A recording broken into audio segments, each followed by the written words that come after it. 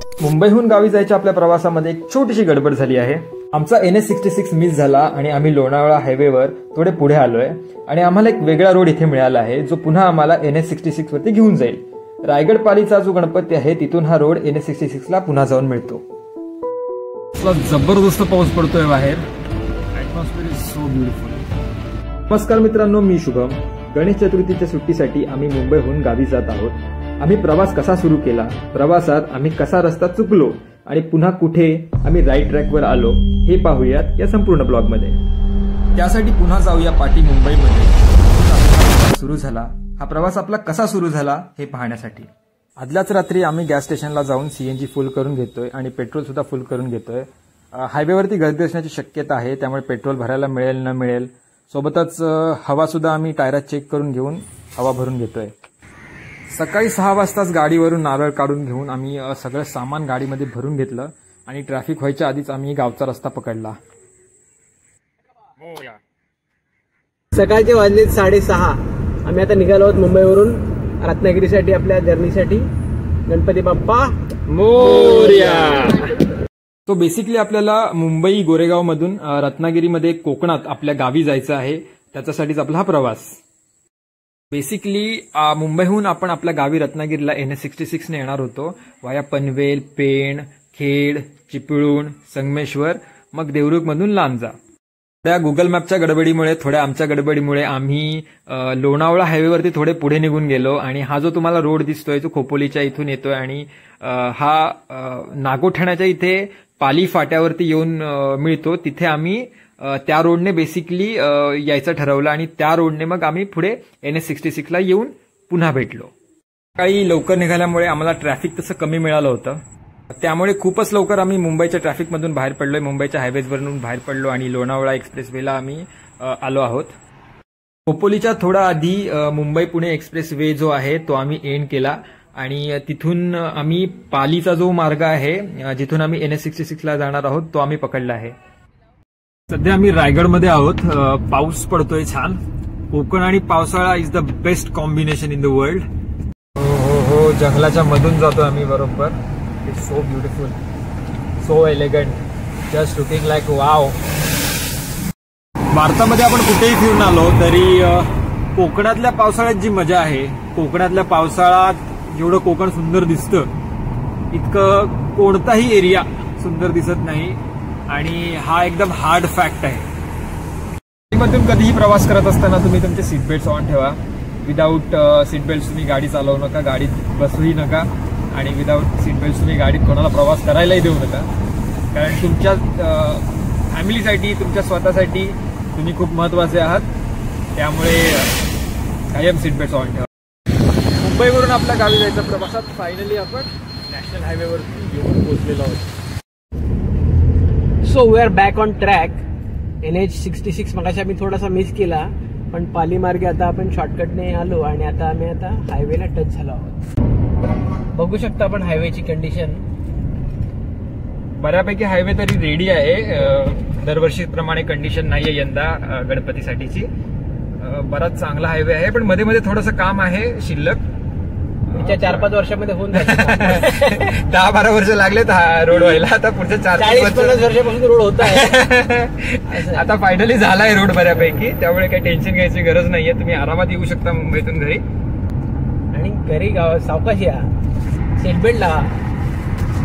असे आधेमध्ये थोडेफार खराब पॅचेस आहेत, खूप थोडे आहेत, पण बाकी पहा कसा एकदम पक्कन रोड आहे, गाडी फडफडून धावते या रोडवर आहे। जवळ आलो आहोत आपण, ट्रॅफिक फुल जाम आहे सध्या, सिंगल लेन वरती गाड्या सगळ्या चालू आहेत।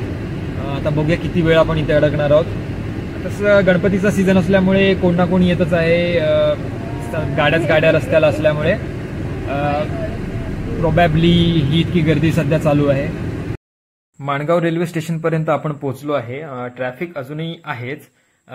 गावाला जाणारी एक रेल्वे आपल्याला तेवढ्यामध्ये इथे दिसली आहे। आपला सॉइल टेल्स इंस्टाग्राम अकाउंट आहे, त्याच्यावरती आपण कोकण रेल्वेची एक व्हिडिओ टाकली आहे, ती नक्की चेक करा।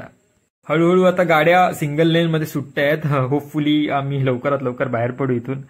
इथे हायवेचं काम पूर्ण झालं नाही अजून, 4 लेन नाही आहे तिथे, त्यामुळे वन वे ट्रॅफिकच आहे पूर्ण रस्त्याला।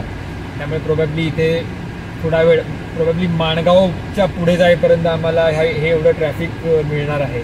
चला, माणगावमधून आपण बाहेर पडलोय आणि ट्रॅफिक पुन्हा एकदा मोकळं झालेलं आहे. तुम्ही जर हायवेने येत असाल तर लक्षात ठेवा की माणगावचा जो रोड आहे तिथे अजून काम पूर्ण नाहीये, त्यामुळे ट्रॅफिक अजूनही आहे. चला, रस्त्याला दिसते ते सौंदर्य बघून घेऊया आणि तेवढा जो ट्रॅफिकचा जो एरिया अडकला आहे तो विसरून जाऊया. बायकर्स मित्रांनो, रस्त्यावर जाताना हेल्मेट घालायला विसरू नका अजिबात. आपण गाडीमध्ये सीएनजी भरला होता, त्याच्यानंतर आता आपण जवळजवळ 200 किलोमीटर पुढे आलोय. कोल्हापूरमध्ये इथे सीएनजी भरून घेतोय. तोपर्यंत तुम्हाला एक समोरचा जबरदस्त व्ह्यू दाखवतो. एक मस्त समोर डोंगर आहे, खूप सुंदर दिसतोय तो. No words, just pure magical beautiful greenery. चला मित्रांनो, आपला सीएनजी पुन्हा एकदा भरून झाला आहे आणि आता आपण पुढच्या प्रवासाला आपला निघूया. चला मग, लेट्स गो. आपला पहिलाच ब्लॉग युट्यूबला येतोय आणि आपल्याला आपल्या ह्या पहिल्या वेळेला युट्यूब ब्लॉगच्या जर्नीसाठी खुद्द बाप्पा आपल्या सोबत येऊन जणू आपल्याला आशीर्वादच देत आहेत. गणपती बाप्पा मोरया. काय पाऊस पडतोय. रत्नागिरी म्हटलं की पाऊस पाहिजे आणि पाऊस नसेल तर काय मजा नाही ना. पाऊस म्हणजे कोकण, कोकण म्हणजे रत्नागिरी.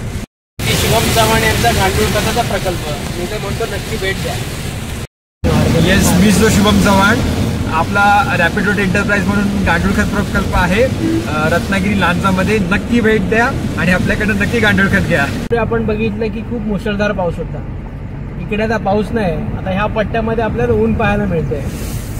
अशा प्रकारची मॅजिकल दृश्य फक्त आपल्याला कोकणामध्येच पाहायला मिळतात, स्पेशली रत्नागिरीमध्ये, आणि तेही श्रावण महिन्यामध्ये. कोकण आणि श्रावण, हा. हो, ही वारली चित्र काढलेली आहेत बघा याच्यावरती. वारली पेंटिंग आहे सगळी. वा.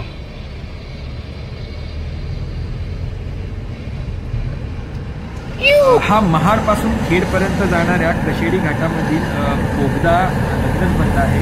हा जवळजवळ तब्बल 2 किलोमीटर इतका दूर आहे. 2 किलोमीटर भाग आणि इंजिनिअरिंग मार्बलच आहे. जबरदस्त कष्टाची हा मोठा बोगदा रोडचा मी पहिल्यांदाच पाहिला आहे. खूप खूप मोठा आहे. खेडजवळ हायवेला एका झाडाखाली थांबून आम्ही जरा गाडीला आराम देतोय आणि थोडं खाऊन सुद्धा घेतोय. काय खातोस दादा? दिस इज आलू का paratha. I have one suggestion. Whenever you are travelling ना, carry your own stuff. Absolutely. Because at times of in hotels you never know what kind of stuff you will get. Oily sort of. Even while traveling in trains also. Yeah. So I do to carry my own stuff. मी पण. Thanks to my wife. Where is wife? I'm here. You want more? मला पाहिजे बाबा. मी आता काही बोलणार नाहीये, पण तुम्ही सगळ्यांनी एक एक्सपिरियन्स करावा असं एक छोटंसं दृश्य तुम्हाला दाखवणार आहे म्युझिक टाकून.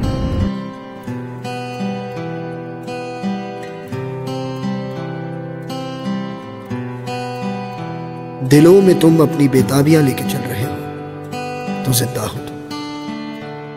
नजर में ख्वाबों की बिजलियां लेके चल रहे हो तो जिंदा हो तुम. हवा के झोंकों के जैसे आजाद रहना सीखो. तुम एक दरिया के जैसे लहरों में बहना सीखो. हर एक लम्हे से तुम मिलो, खोले अपनी बाहें. हर एक पल एक नया समा देखिए निगाहें. जो अपनी आंखों में हैरानियां लेके चल रहे हो तो जिंदा हो तुम. दिलों में तुम अपनी बेताबियां लेके चल रहे हो तो जिंदा हो.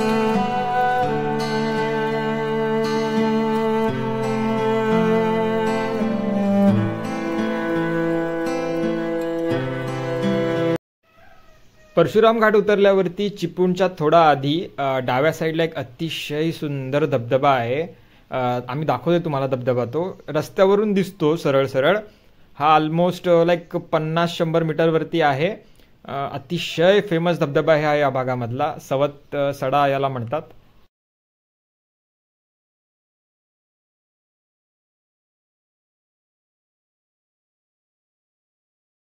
आवाज ऐका धुवाधार धबधब्याचा.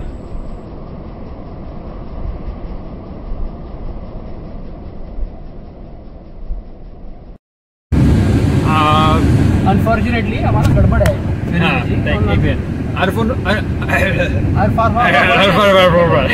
अनफॉर्च्युनेटली आम्हाला घरी पोचायची गडबड आहे, त्याच्यामुळे आम्ही इथे थांबत नाही आहोत धबधब्यावरती सवत्सडा. आमच्या भावाला, आमच्या बंधूला, मोठ्या भावाला फार भूक लागली आहे जोरात. त्यामुळे आम्ही काही थांबत नाही आहोत आणि ऑलमोस्ट लाईक दुपार होऊन गेले. 2:07 झाले. अक्षरशः दुपार झाली आहे. भूक लागले, जातो खातो. सकाळपासून काही खाल्लं नाही आम्ही आता. दादा, जेवण कसं वाटलं तुला त्या हॉटेलमधला?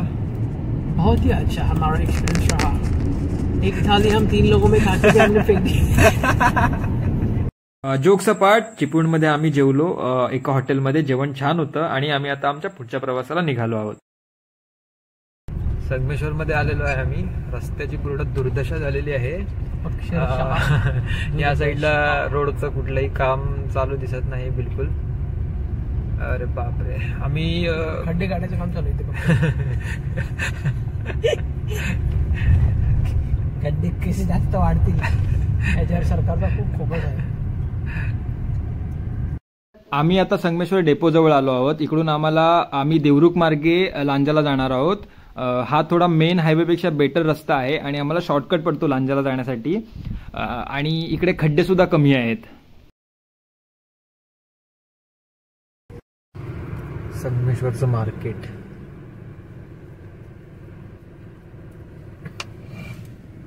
हा संगमेश्वरचं बस स्थानक.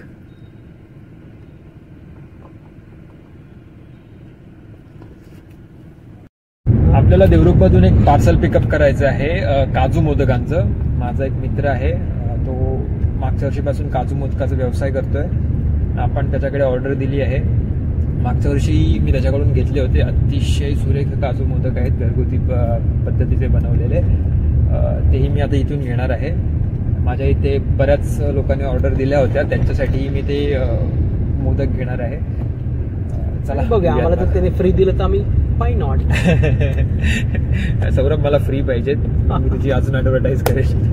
ही बाप्पाची गाडी अगदी रायगड पासून आपल्या सोबत प्रवासामध्ये आहे आणि आम्ही आता देवरुख जवळ आलोय. देवरुख पर्यंत ही गाडी आमच्या सोबत आहे.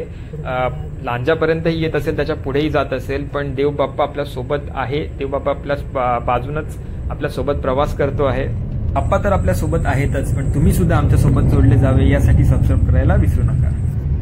आता आपण देवरुख मध्ये पोहोचलो आहे. मोदक आपण घेतलेले आहेत. ही मोदकाची पॅकेट्स. येस, काजू मोदक. काजू मोदक आपण घेतलेले आहेत. आपण फोडून बघूया. आता मी नेणार होतो घरी, पण तुम्हाला दाखवतो कसे आहेत मोदक. तर मला इकडे खायचं आहे. खायचं तर आहेच. काय भारी वास येतो यार काजूचा, फुल ऑन एकदम. हे दादा, हा वहिनी कसं आहे? चांगलं आहे का? छान आहे ना? कमी द्यायला का?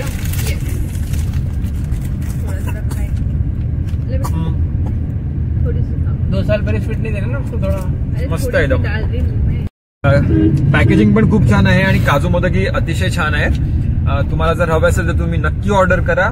खरोखर ऑर्गॅनिकली त्यांच्याकडे जे कॅश्यू प्रोड्यूस होतात त्याच्यापासून हे बनलेले आहेत. त्यांची स्वतःची काजूची बाग आहे, त्याच्यापासून तो हे काजू मोदक बनवतोय. सो मला नक्की कळवा जर तुम्हाला आवडले तर. त्यासाठी तुम्हाला खायला लागतील आधी. त्यासाठी तुम्हाला खावे लागतील आधी आणि त्यासाठी तुम्हाला ते ऑर्डर करावी लागेल. कसं वाटलं तुला काजू मोदक? I love it. It was so good, right Saurabh? चला मग आम्ही आता काजू मोदक खात खात घरी जातो. आणि जर तुम्हाला आमचा व्लॉग आवडला, आमची जर्नी जर तुम्हाला आवडली असेल तर आमच्या व्हिडिओला नक्की लाईक करा, शेअर करा आणि फॉलो करायला विसरू नका. मग आपण भेटूयाच पुढच्या व्लॉग मध्ये. चॅनलला